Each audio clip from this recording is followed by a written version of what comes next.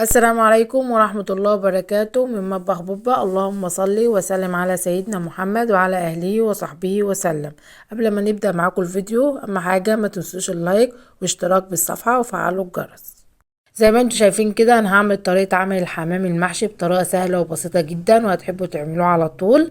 شايفين الحمام بيلمع وجميل جدا. طبعا احنا هنشتري الحمام جاهز، ممكن تشتروه من اي محل يعني بيبيع حمام، نقول له نضفوه كويس.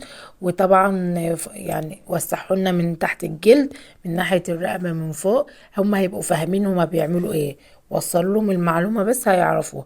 دلوقتي زي ما انتم شايفين كده بصل وكيلو رز، وجايبين طبعا توابل 7 حبات وملح وفلفل ومرقة ماجي زي ما انتم شايفين كده، و3 بصلات حلوين حسب الكمية اللي انتوا هتعملوها. هنجيب دلوقتي كبة ونقطع البصل ونفرمها في الكبة كويس قوي. هنفرمها في الكبة. دي طريقة حلوة قوي، ممكن هنزل لكم طريقة برضك على طريقة حماتي، بس دي الطريقة دي حلوة قوي. هنفرم البصل كويس. طبعا الكبد والقوانص بتاعت الحمام هنفرمها مع البصل، بتدي طعم تاني للحمام اما بنحطها على الرز. طبعا احنا هنفرم البصل الاول وبعدين هننزل بالكبد والقوانص. هنسيب بس الكبد بس، القوانص هنسيبها نسد بيها زي ما انتم شايفين كده. هننزل بالكبد بس. طبعا عاملين حته سمنه، قطعة سمنة زبدة مع شوية زيت على النار نسيحهم كويس، وننزل عليهم البصل والكبد. يعني بجد الطريقة دي بتدي طعم تاني للرز، طعمه تحفة بجد. جربوها.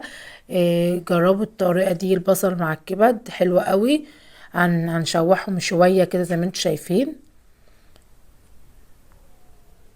هنشوحهم شوية كده على النار يتبالوا معانا، وبعد كده هننزل بالرز بالتوابل الاول زي ما انتم شايفين. هننزل بالتوابل طبعا كمية حلوة من التوابل اللي هي 7 حبات مع شوية فلفل، يعني معلقة فلفل اسمر، معلقة كبيرة فلفل اسمر، و5 معالق من التوابل حسب الكمية اللي انت هتعملوها للحمام. دي طبعا احنا عاملين كمية كبيرة زي ما انتم شايفين. هنغسلين الرز كويس او منشفينه.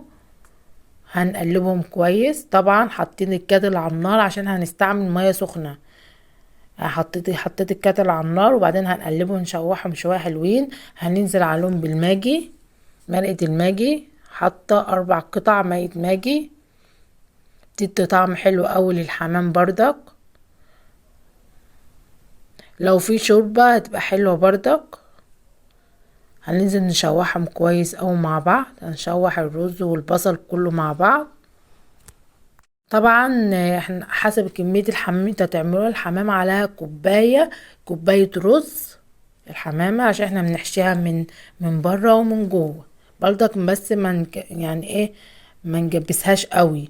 زي ما انتم شايفين كده المية مغلية، مش هنملاها مية، دوبك هتغطاها حاجة بسيطة جدا زي ما انتم شايفين كده.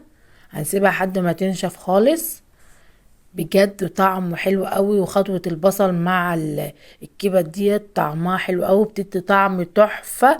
يعني لكنها بتحطي لحمة مفرومة، كأنك بتحطي لحمة مفرومة في قلب الرز. زي ما انتم شايفين كده لسه الرز كان سخن وانا هحشيه. هو سخن شوية. هنحشيها من جوه كده زي ما انتم شايفين، مش قوي. هنحشي الحمام كويس قوي زي ما انتوا شايفين كده. عشان الرز كان بس سخن، ممكن تستعملوا ايدك عادي. الرز كان سخن بس حاولت ادخله جوه، كان سخن قوي. سيبوه يبرد شويه عشان تعرفوا تحشوه. زي ما انتوا شايفين كده هحشيه من عند الزور بردك. بنسد اهوت بالقناصه زي ما انتوا شايفين. والرز كان سخن قوي، مستنيه لحد ما الرز يبرد شويه زي ما انتوا شايفين كده. يعني ايه، تقفله كويس قوي من تحت. طبعا هحشيه من فوق اهوت من عند الزور. طبعا احنا مفضيين الجلد خالص بين الجلد واللحم، بيدي طعم حلو قوي وشكله يبقى جميل جدا.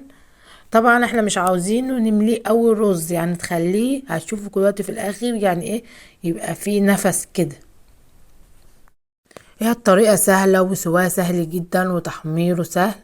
بجد طعمه بجد كان جميل جدا.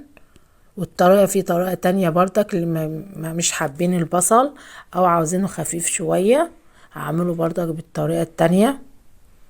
زي ما انتوا شايفين كده، انا مش بحشي يعني، مش بمليه قوي رز، بحشيه قوي رز، بتخليه كده واخد نفس فيه، يعني ايه، تتك عليه تحس اللي هو ايه طري كده. دلوقتي انا جايبه فتله عشان خاطر ما مطلعش الرز، فتله بلفها بس كده عشان في الاخر هنشيلها. زي ما انتوا شايفين، زي ما انتوا شايفين كده، شايفين شكله جميل اصلا. شايفين طري ازاي، يعني مش مجبساه، مش ملياه قوي رز، مش حشياه قوي. دلوقتي طبعا ميه مغليه وحطينا فيها ملح، هنحط فيها الحمام. طبعا هنعرف اللي هو ازاي يستوي، نتك على زي ما انتوا شايفين كده. اما نعرف ازاي هو يستوي، نتك على الجناح بتاعه وشوفيه كده جامد، او نتك على الرز تلاقيه كده استوى من جوه.